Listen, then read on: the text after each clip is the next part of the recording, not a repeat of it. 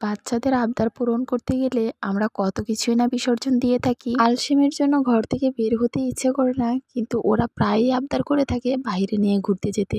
আর ঘুরতে যাওয়া মানেই হলো ফুচকা চটপটি খাওয়া। কি আর করা, বাচ্চাদের আবদার তো পূরণ করতেই হবে। তো রেডি হয়ে বেরিয়ে পড়লাম। আর প্রচন্ড গরম ছিল, যদিও 2 দিন একটানা বৃষ্টি ছিল। তো মেয়ে বললো যে ও নাকি শরবত খাবে, তো এখানে লেবুর শরবতগুলো মামারা সামনে একদম বানিয়ে দেয়।